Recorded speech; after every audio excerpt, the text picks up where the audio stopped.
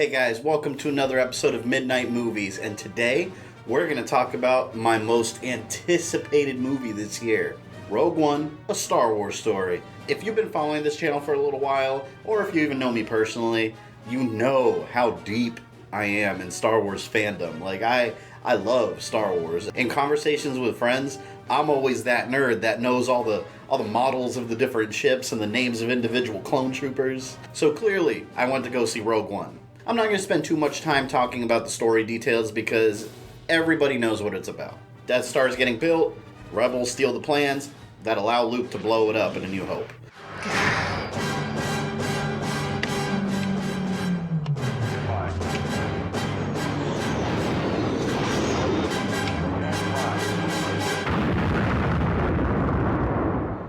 The story everybody knows. You know what? I was thinking of doing this review spoiler-free, because yes, everybody knows what the end result of this story is, but you don't know how it happens, you don't know what characters we might see, how the story, plays out. Screw it. This is going to be full of spoilers because I'm so excited to talk about this movie that there's no way I could talk about it without going into some of the more awesome things in the movie that I wasn't even expecting to see. I want to address something though, and as a super ridiculously hardcore Star Wars fan, I was very upset and distraught by this. The movie just started a long time ago in a galaxy far, far away. I'm sitting there waiting for the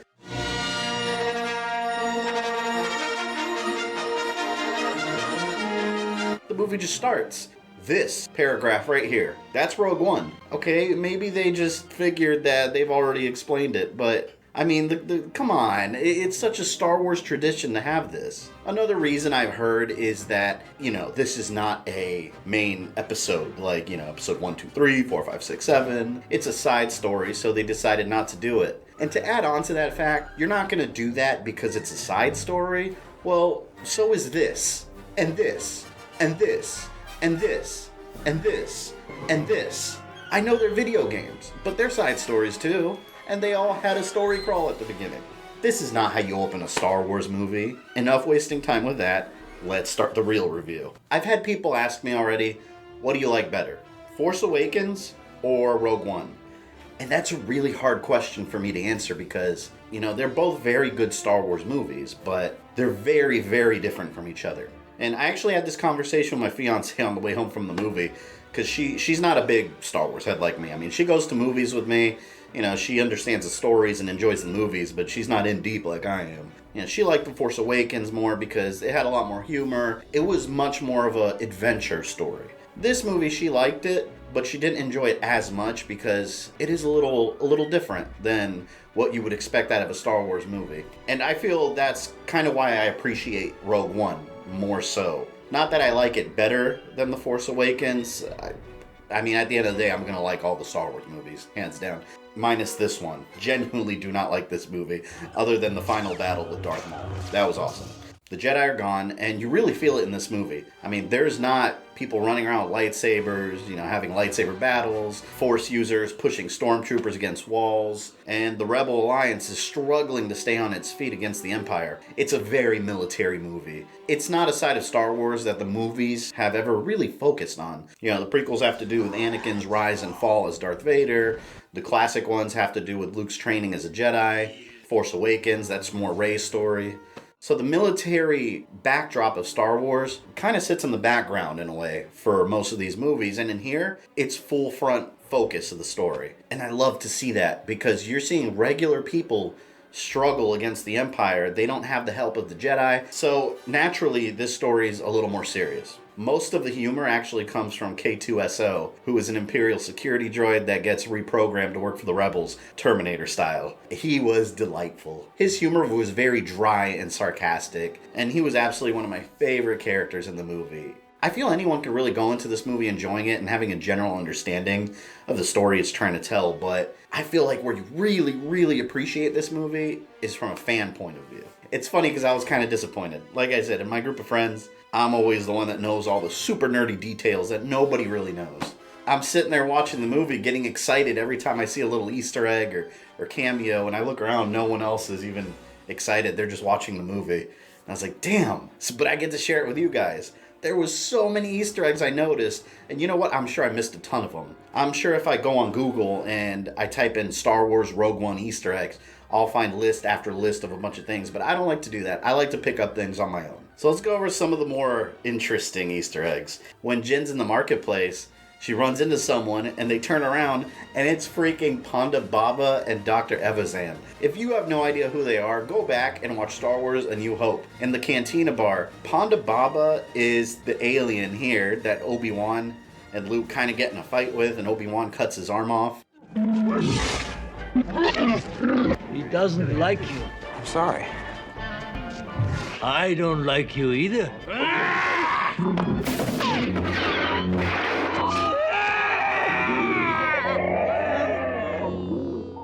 Yeah, I always thought this character was hilarious because, I mean, look at his face. If you zoom in, what does that look like to you? I'm just going to leave it at that. I'm not going to say it. Questionable character design, to say the least. And Dr. Evazan, he's the guy that's with them in the cantina. And one of the main things in the story is that this planet Jeddah has an old Jedi temple full of Kyber crystals. Kyber crystals are the little crystals that Jedi used to use to build their lightsabers. Light goes through the crystal, light comes out, you've got a lightsaber. And they're kind of mining all these Kyber crystals from the temple, which actually powers the Death Star laser. So that was actually really cool that they went into that explanation, because that's something that's never really been mentioned in the Star Wars movies. You had to go outside of the movies to know that. I think my favorite, I don't even know if this would be an Easter egg. I guess it's more along the lines of if you follow Star Wars outside the movies again. We actually get to see planet Mustafar again. In episode 3, that's where Obi-Wan and Anakin had their lightsaber duel, and basically Anakin died there and Darth Vader was born. So that was a nice little bridging gap. This is between episode 3 and 4, and we got to see a planet that was exclusively in the prequels. And we get a glimpse of Darth Vader's palace, which also, if you've read novels, comic books of Star Wars, you know Darth Vader has palaces throughout the galaxy. And we got to see it finally on screen. A big, imposing Bowser's Castle looking tower. It was cool. And inside you see Darth Vader getting his medical treatments, which is another thing that I was like, wow, we're seeing this in the movie. For people that just follow the movies, they make it look like Darth Vader got burned up, stuck in a suit, called it a day. But he requires constant, excruciatingly painful medical treatments outside of the suit to continue surviving, and we do get a glimpse of him in a Bacta tank getting his medical treatments with his missing arms and legs, and he's just floating in there. It was really cool to see. I guess you could say that more vulnerable side of Darth Vader. And I also watched the Star Wars Rebels animated series, which is actually really good. And the main characters fly a ship called the Ghost. It's a very distinct ship in the Star Wars galaxy. It's there. When they have the Battle of Scarif at the end, it's right there. Some might argue that maybe it's a ship that just looks like it. I don't think it is. I think it's actually the Ghost. Because in one part in the movie in the background, you hear over a loudspeaker in the Rebel base someone calling for General Syndulla. And that's the last name of Hera, who is the captain of the Ghost in Star Wars Rebels. So clearly she's involved, the ship is involved, they're present during the Battle of Scarif. I think that's awesome how the movies are finally acknowledging the animated series. Which, another fun fact, Saw Gerrera, Forrest Whitaker's character in the movie, he's also a character that was introduced in the Clone Wars animated series. So again, if you just stayed within the movies, you would never know who that character is. But if you watch the Clone Wars series, you know exactly who he is, and he was awesome. He had a problem with the droid army on his planet. Ahsoka ended up helping him form a rebel force to drive them off-world. And in this movie, he was very... I thought Forrest Whitaker did a great job representing an older version of that character. He's known as a rebel extremist. He fights for the Rebel Alliance, but he's too extreme in his methods to where they don't want anything to do with him.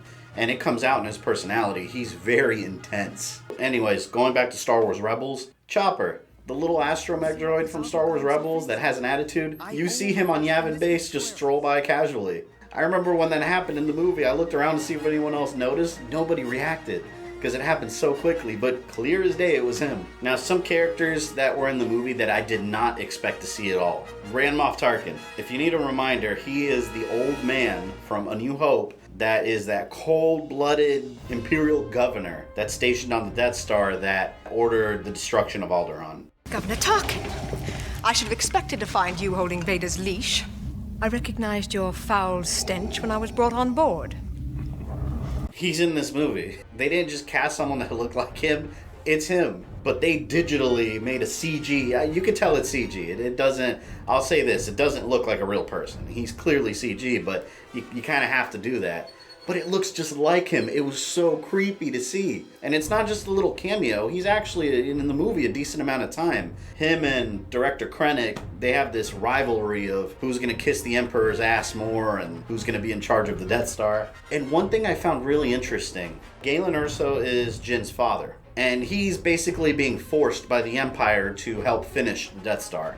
And there's this running joke among Star Wars fans about the Death Star's weakness. You know, why does this Empire build this giant super weapon and have such a shitty weakness? Just a little weak point, boom, the whole thing explodes. Well, that joke can't really be made anymore because this movie actually addresses that. He put this weakness there on purpose. I found that extremely interesting because it was put there so someone can trigger that station to blow up. However, that does not explain why the second Death Star has an even bigger weak spot. That was pretty easy for the giant-ass Millennium Falcon to get close to and explode. My only guess is that the Empire they didn't know how to fix the flaw, and they're like, screw it, let's make it bigger so they can hit it again. With this movie, there's just so much I want to talk about that I know I'm skipping or missing a couple of things, and I know that I'm going to remember them as soon as I post the video on YouTube and watch it, and I'll be like, damn, I forgot to mention this. I want to talk about the ending of the movie because that ending, what I didn't realize was how closely it was going to tie into A New Hope. Once they steal the plans, they get them into rebel soldiers' hands immediately, and they're like, we got to get the hell out of here. We have the plans. We got to go. And this is the moment you get a glimpse of Darth Vader at his freaking, I don't even know how to describe it. The guy was terrifying. All the rebel soldiers are running terrified through this little tunnel just trying to get through the doors and get on the ship to escape. And he's just annihilating everyone. Lightsaber, force choke. He's pushing guys against walls, slamming them everywhere. Everyone's running around screaming, trying to get away from him. This is the Darth Vader I've been wanting to see on film for years. I feel like this movie is Darth Vader where he should be at his most deadly, darkest. If you look at the movies, the classic trilogy, we do see a more toned down, softer version of Darth Vader because at this point, he already knows that Luke is alive. He has a son. He knows part of his old life as Anakin survived. I know there is good in you. The Emperor hasn't driven it from you fully. I feel the conflict within you. Let go of your hate. It is too late for me, son. Between this time frame in episode 3 and 4, he doesn't know that. He's got nothing. So he's just this brutal, dark enforcer. We freaking saw it. That one scene was worth the price of the whole movie. And it's right at the end. So eventually a rebel soldier slips by and gets the plans in the ship. The ship takes off and flies away in a rush. It's the Tantive 4, the rebel blockade runner from A New Hope, from the very beginning opening shot of the very first Star Wars movie. And then you see young Princess Leia, and it's CG because obviously Carrie Fisher is much older now. So they CG'd young Princess Leia. It looks exactly like her. The ending of Rogue One takes place immediately before A New Hope. The ship takes off hauling ass away from the Imperial forces. A New Hope opens with that same ship trying to escape a Star Destroyer. I knew it was going to have some ties to A New Hope, but I wasn't sure how much time had passed between, when they stole the plans and when they got in the rebel hands. I thought maybe a couple months or so, but nope. Immediately. I can't say enough good things about this movie. It was a Star Wars, it was a movie for Star Wars fans. Because there were so many Easter eggs, so many little details that I feel it really does require a second viewing just to catch everything. Go watch it, especially if you're a Star Wars fan. If you're a Star Wars fan, if you're a Star Wars fan and haven't watched it yet, I don't know what you're waiting for. But I really hope you guys enjoyed this Midnight Movies review. If you enjoyed it, make sure to leave me a like down below. And also, what did you think of the movie if you saw it? I would love to hear from you guys. Did you like this or Force Awakens better? What are some Easter eggs you noticed that I missed? Because like I said before, I know I had to have missed a couple of them.